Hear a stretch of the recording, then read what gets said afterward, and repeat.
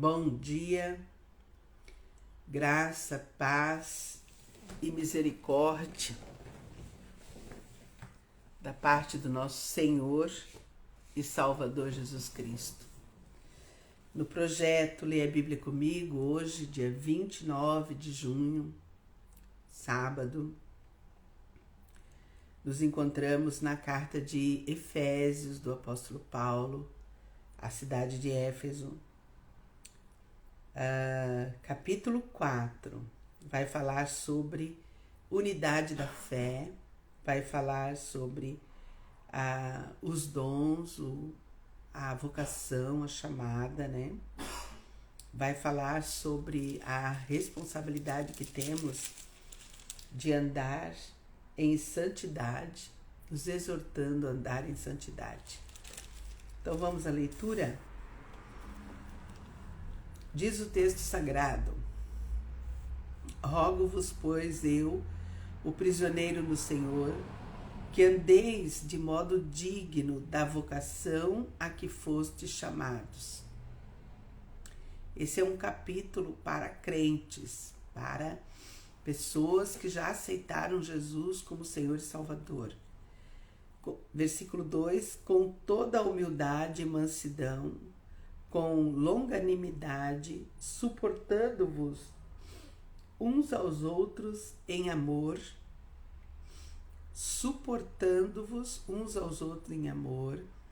esforçando-vos diligentemente por preservar a unidade do Espírito no vínculo da paz. Tem situações que a gente precisa se esforçar com diligência, para que a unidade ela não seja quebrada, né? Versículo 4: há somente um corpo e um espírito, como também fostes chamados numa só esperança da vossa vocação. Há um só Senhor, uma só fé, um só batismo, um só Deus e Pai de todos, o qual é sobre todos, age por meio de todos e está em todos. Versículo 7: e a graça foi concedida a cada um de nós, segundo a proporção do dom de Cristo. Por isso diz: quando ele subiu às alturas, levou cativo o cativeiro e concedeu dons aos homens. Ora, que quer dizer subiu, senão que também havia descido até as regiões inferiores da terra. Aquele que desceu é também o mesmo que subiu acima de todos os céus para encher todas as coisas. E ele mesmo, quem? Cristo, concedeu uns para apóstolos, outros para profetas, outros para evangelistas e outros para pastores e mestres, com vistas ao aperfeiçoamento dos santos, para o desempenho do seu serviço, para a edificação do corpo de Cristo. Vou ler o versículo 12, que cabe uma releitura. Com vistas, por que o Senhor deu dons à igreja? Por que o Senhor deu dons à igreja? Para que a igreja seja aperfeiçoada, não? Com vistas ao aperfeiçoamento dos santos, para o desempenho do seu serviço, para a edificação do corpo de Cristo, até que todos cheguemos à unidade. Onde nós precisamos chegar?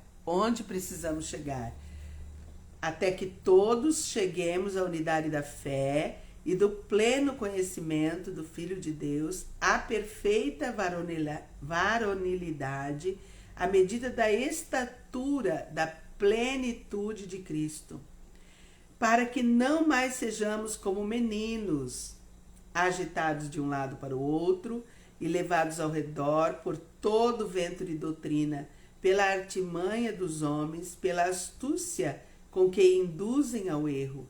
Mas, seguindo a verdade em amor, cresçamos em tudo naquele que é a cabeça, Cristo. Cristo é a cabeça da igreja, de quem todo o corpo bem ajustado é consolidado pelo auxílio de toda a junta, segundo a justa cooperação de cada parte, efetua o seu próprio aumento para a edificação de si mesmo em amor. Isto, portanto, digo e no Senhor testifico, que não mais andeis como também andam os gentios, na vaidade dos seus próprios pensamentos, obscurecidos de entendimento, alheios à vida de Deus, por causa da ignorância em que vive, pela dureza do seu coração, os quais, tendo se tornado insensíveis, se entregaram à dissolução, para com avidez cometerem toda sorte de impureza. Mas não foi assim que aprendestes a Cristo. Vê se é que de fato tendes ouvido e nele foste instruído, segundo é a verdade em Jesus. No sentido de que, quanto ao trato passado, vos despojeis do velho homem que se corrompe segundo as concupiscências do engano. Despojar do velho homem, né? Aquele que mente, não mente mais. Aquele que rouba, não rouba mais. Aquele que adultera, não adultera mais. Aquele que desonra pai e mãe, não desonra mais. Aquele que cometia todo o sacrilégio da idolatria, se prostrava diante de ídolos, não faz mais. Né? Aquele que cobiçava, aquele que enganava, não faz mais. Em Cristo não há mais lugar para esse tipo de atitude, né? Versículo 23. E vos renoveis no espírito do vosso entendimento. É um processo. Conforme a pessoa vai crescendo, conforme ela vai se apropriando da palavra, da verdade do evangelho, é um processo. Ela vai se despindo do velho homem, se revestindo do novo homem para a vida eterna. E vos revistais do novo homem, criado segundo Deus em justiça e retidão, procedentes da verdade. Então, o novo homem, ele é criado em justiça e retidão, procedentes da verdade. Que é a verdade? Jesus falou, eu sou o caminho, a verdade e a vida. Ele é a verdade. Toda a verdade está nele. Ele é a fonte de toda a verdade. Versículo 25. Por isso, deixando a mentira, fale cada um a verdade com o seu próximo, porque somos membros uns dos outros. Irai-vos e não pequeis, não se põe o sol sobre a vossa ira, nem deis lugar ao diabo. Aquele que furtava, não furte mais, antes trabalhe, fazendo com as próprias mãos o que é bom, para que tenha com que acudir ao necessitado. Não saia da vossa boca nenhuma palavra torpe, e sim unicamente a que for boa para a edificação, conforme a necessidade, e assim transmita graça aos que ouvem. E não entristeçais o Espírito de Deus, no qual fostes selados para o dia da redenção. Longe de vós toda amargura. Amargura é aquela ira não resolvida, se transforma em amargura. Então, longe de vós toda amargura, toda cólera, a ira, a gritaria, a blasfêmia, e bem assim toda malícia, toda malícia. Antes, sede uns para com os outros benignos, compassivos, perdoando-vos uns aos outros, como também Deus em Cristo vos perdoou. Então está diante de nós o capítulo 4 do livro de Efésios, né? o apóstolo Paulo aqui, ele é bem profundo, ele faz para nós um alerta. Ele diz que nós somos chamados a viver de acordo com a graça, de acordo com a santidade de Jesus Cristo, da verdade que há em Jesus Cristo. E isto nos foi concedido no momento em que nós recebemos, aceitamos a filiação por meio de Jesus Cristo, por meio do sangue derramado do Cordeiro na cruz do Calvário. Nós nos tornamos, quando aceitamos, nos tornamos filhos do Pai Todo-Poderoso. Mas precisa aceitar, precisa receber a Cristo no coração. Tem que dizer com a boca. Apóstolo Paulo em Romanos fala que se com a boca confessares e no coração creres. E tudo isso nós precisamos para mostrar quem somos de verdade, que somos filhos do Altíssimo. É interessante ver que aqui no capítulo 4, Paulo nos apresenta os 7 elementos que nos proporcionam a cidadania do céu. Somos o corpo de Cristo na terra, a igreja. Temos o mesmo Senhor, estamos debaixo da mesma soberania, do mesmo senhorio de Cristo Jesus. Toda a autoridade nos céus e na terra foi dada por Jesus. Ele tem toda a autoridade. Somos filhos do mesmo Pai, somos filiados ao Pai por meio de Jesus, né? E a todos quanto receberam, João capítulo 1, versículo 12, e a todos quanto, todos, indistintamente, sem distinção de raça, de sexo, todos somos feitos filhos de Deus, e a todos quanto receberam, deu-lhes o poder de se tornarem filhos de Deus aos que creem no seu nome. Todo aquele, João 3,18, todo aquele que crê não é condenado, mas todo aquele que não crê já está condenado. João capítulo 5, versículo 24, aquele que ouve é por ouvir, é ouvir a palavra que você é convencido pelo Espírito Santo. Aquele que ouve e crê tem a vida eterna, não entrará em condenação, mas passou da morte para a vida. É uma certeza, não é uma dúvida, é uma certeza. A Bíblia diz que é uma certeza, né? Somos então filhos do mesmo Pai. Fomos batizados num só batismo, o batismo nas águas, o batismo do Espírito Santo. Temos um só Espírito, uma só fé e uma só esperança.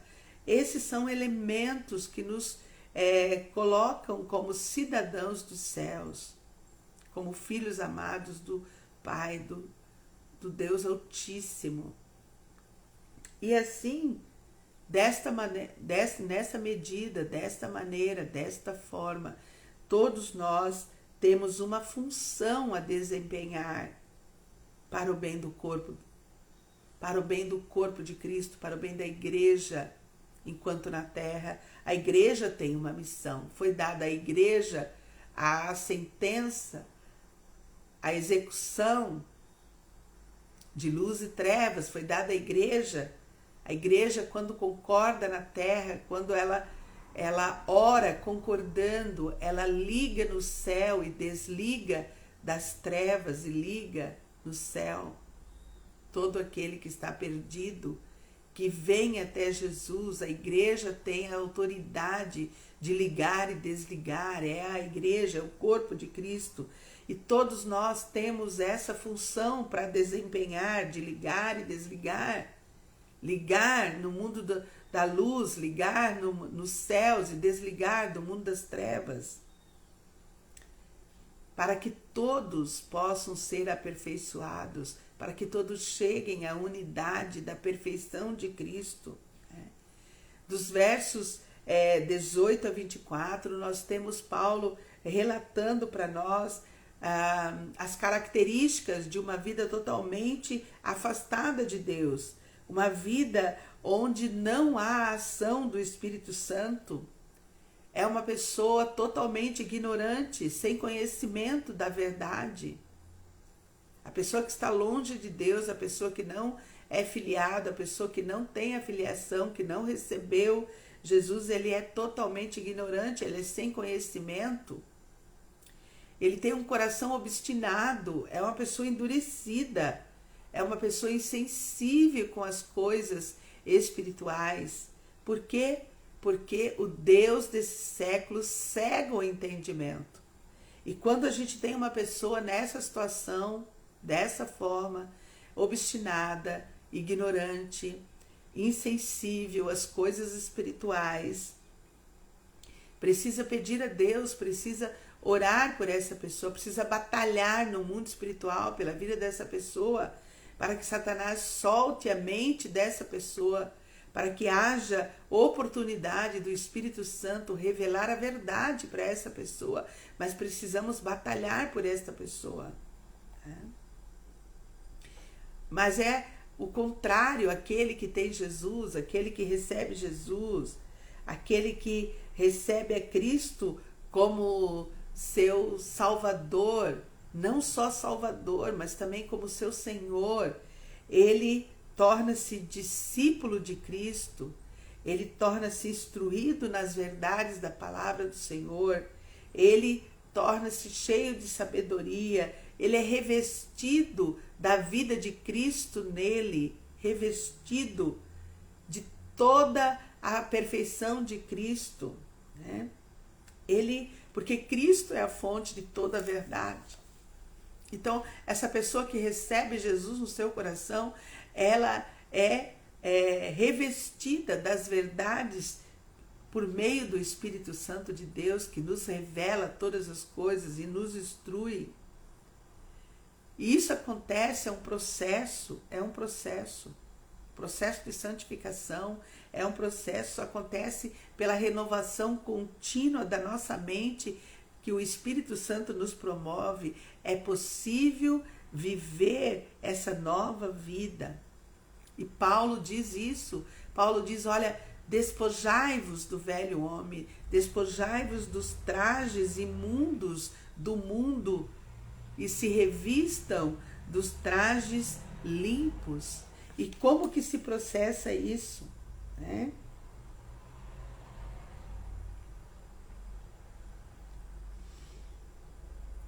Quando nós confessamos, né? Quando nós confessamos,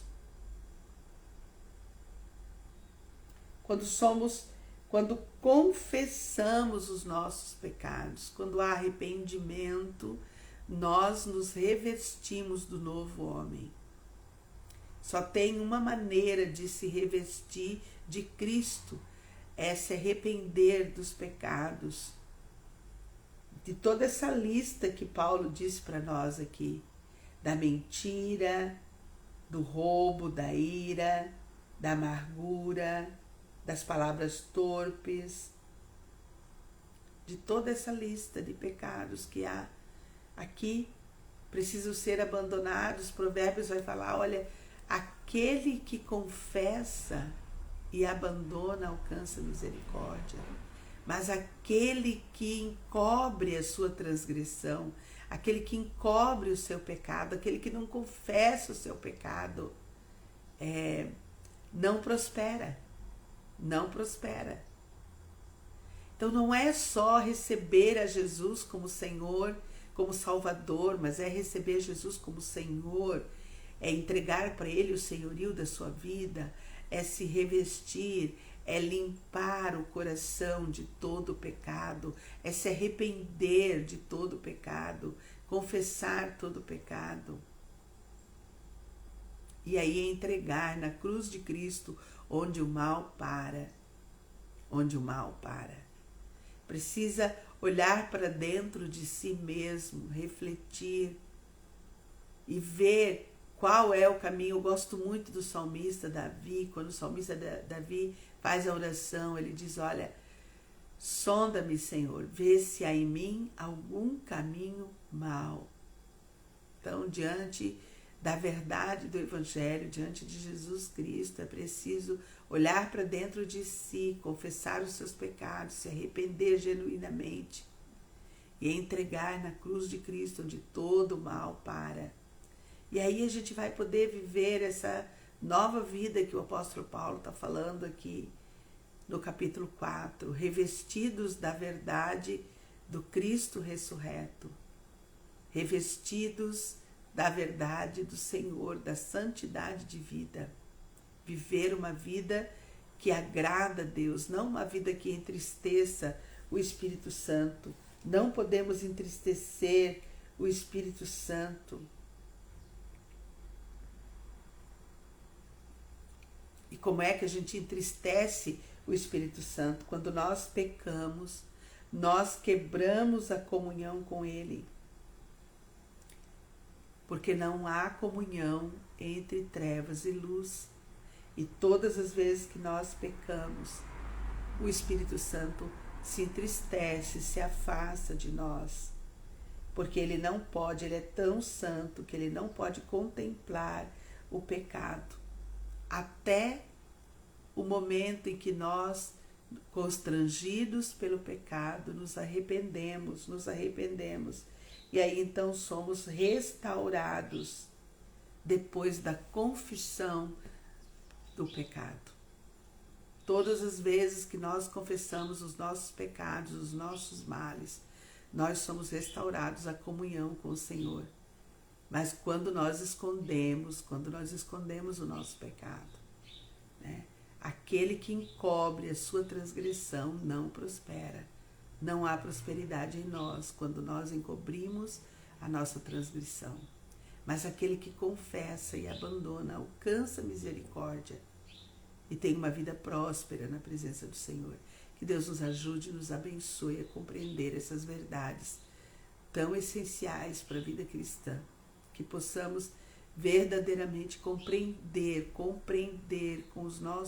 a nossa mente, que a nossa mente seja renovada com essas verdades e que possamos colocar em prática no dia de hoje, porque é pela prática da palavra que nós nos tornamos imitadores de Cristo, discípulos amados do Senhor Jesus. Que Deus nos ajude. Pai, em nome de Jesus, eu quero orar a Ti nessa manhã, Te agradecer, Pai, pelo dia de hoje. Muito obrigada, Pai, por este dia. Obrigada, Pai, por esta palavra que nos convida, Senhor, a andar contigo, nos convida a caminhar contigo, nos convida a sermos discípulos amados do Mestre, do Cristo ressurreto, aquele que derramou o seu sangue na cruz do Calvário para nos perdoar, para nos encher, ó Pai. Muito obrigada, Pai, por esta palavra, porque ela orienta, ela instrui, Pai, aquilo que não devemos fazer, ela nos mostra aquilo que não devemos fazer, ela mostra, Pai, as consequências de quando andamos no pecado, quando nós nos perdemos e andamos no pecado, entristecemos o Espírito Santo de Deus e o mesmo se afasta de nós.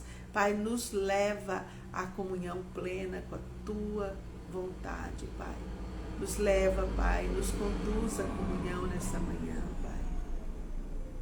Pai, eu oro a Ti, ó Deus, pelos enfermos no dia de hoje. Coloco diante de Ti, Deus, a vida da Bianca, a vida da Carla Fabiana, do irmão Eugênio, do Ingo. Coloco diante de Ti, ó Deus, a vida do meu neto Isaac. Pai, eu peço a cura completa do autismo. Deus de poder e de graça, Tua palavra diz que o Senhor Jesus levou na cruz todas as nossas enfermidades, que pelas chagas do Senhor Jesus nós somos curados, Pai. E eu creio, Pai, no poder, na ação do Teu Santo Espírito, Pai. Cura totalmente as enfermidades, Pai. Visita a irmã Cláudia no dia de hoje, sua casa, sua mãe. Deus de poder, encoraja ali aquela família, Deus, dá a Tua graça para aquela família, Pai. Senhor Deus, nós pedimos a Tua bênção, o Teu cuidado, a Tua proteção, Pai. Pai, eu coloco diante de Ti o dia de hoje, sê conosco nesse dia, Pai. Eu coloco a vida do meu pai, guarda meu pai. dá saúde para ele, toda a minha parentela, meus irmãos e irmãs. Eu coloco diante de Ti os meus amigos de perto, os meus amigos de longe. Peço a bênção do Senhor sobre a vida deles, Pai. Peço diante de Ti, ó Deus, a Tua proteção, o Teu cuidado para a vida dos meus netos, Pai. A vida do Pedro, a vida do Vitor, do Arthur, do Tiago. A vida, Senhor Deus, da Isadora, a vida da Alice, a vida do Isaac, Pai. Deus de poder, a vida do Davi. Deus, eu coloco os meus netos diante do Senhor no dia de hoje, Pai. Guarda, protege, livra de todo mal, Pai. Eu quero orar a Ti, ó Deus, hoje pela vida da Tua igreja, para que a Tua igreja, Pai, ela possa compreender, ó Deus, a altura, a profundidade, a largura do Teu grande amor. Que ela possa, Senhor Deus, andar em unidade. Que ela possa, Senhor Deus, estar diante de Ti, ó Pai, com um coração humilde, Deus. Que ela possa andar em unidade, em humildade, em renovação de mente. Pai querido, toma a vida da Tua igreja na Tua mão, Pai. Cada um de nós, Pai.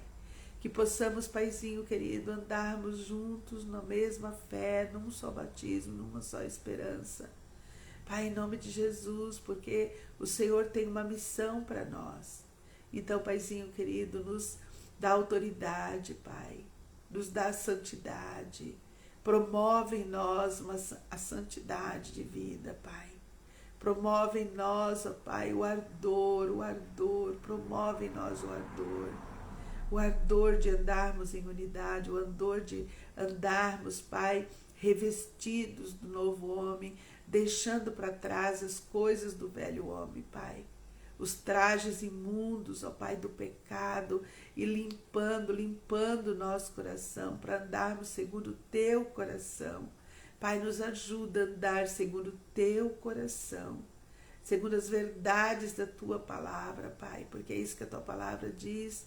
Jesus Cristo, Tu és o caminho, a verdade e a vida. Então, Pai, nos ensina como igreja a andarmos nesse caminho de vitória.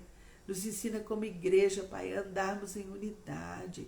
Nos ensina como igreja, Pai, a nos perdoar, a nos suportar, a nos ajudar, a andar uns com os outros, Pai. Tem misericórdia da nossa vida, Deus. Deus, eu coloco o dia de hoje e tudo aquilo que eu vou fazer hoje, que seja para a glória do Teu nome, aquela reunião que teremos ali logo mais às 9 horas. Pai querido, hoje à tarde ali, Pai, na bênção daquele instituto, Pai, ali da Janaína. Deus, que a Tua palavra possa ser liberada hoje à tarde com bênção dos céus, com bênçãos dos céus. Pai, nós colocamos diante de Ti, Pai, e tudo que formos fazer, que seja para o louvor da Tua glória, para o louvor da Tua glória. Amém, amém e amém. Que Deus nos abençoe. Tenha um dia abençoado em nome de Jesus.